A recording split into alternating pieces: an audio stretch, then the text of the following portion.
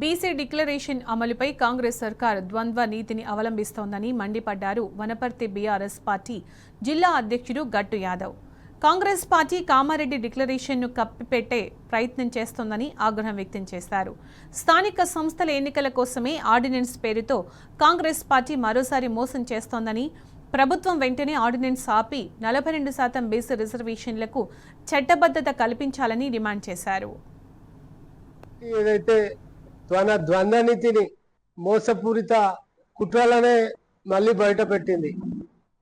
వాస్తవానికి కామారెడ్డిలో BC declaration మీద ఢిల్లీ పెద్దలు కూడా వచ్చి వాగ్దానాలు చేయడం జరిగింది.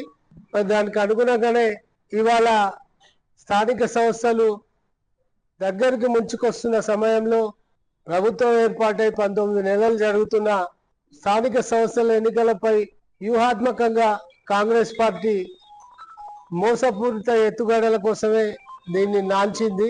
బీసీలకు చట్టబద్ధత చేసి 42% ఇవ్వాల్సింది పోయి మరి ఆర్డినెన్స్ పేరు మీద కొత్త నాటకానికి దిగింది.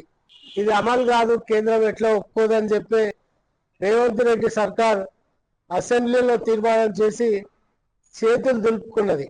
కేవలం మరి ఎన్నికలను దృష్టిలో పెట్టుకొని చట్టబద్ధత లేని ఆర్డినెన్స్ ని తీసుకొచ్చి గవర్నర్ ద్వారా ఒక జీవోను తీసుకొని మరి దాని ద్వారా చలామణి చేద్దాం అనుకొని చెప్పి రాష్ట్ర ప్రభుత్వం కుయుక్తులు పడుతున్నది. బీసీ నేతలకు కూడా ఇవాళ సోగిలేదు. కేవలం బీఆర్ఎస్ పార్టీని బదలాం చేయడానికే రేవంత్ సర్కార్ అల్లుతున్నటువంటి కుట్రలు ఇవి. ఎట్లాగో ఎన్నికల లోపల ఎవరైనా కోర్టుకు వెళ్తే బీఆర్ఎస్ వాళ్ళు దీన్ని ఆపేసిందని చెప్పి బదలాం చేయడానికే రేవంత్ రెడ్డి సర్కార్ ఒక కొత్త మాయనాటకాన్ని ఆడుతుంది. సుప్రీంకోర్టు తీర్పు ప్రకారం 50% మించితే తప్ప మరి చట్ట సవరణ చేసేది ఏమి ఉండదు. 42% కనుక ఇందులో చట్టాన్ని సవరించే విషయం ఏం లేదు.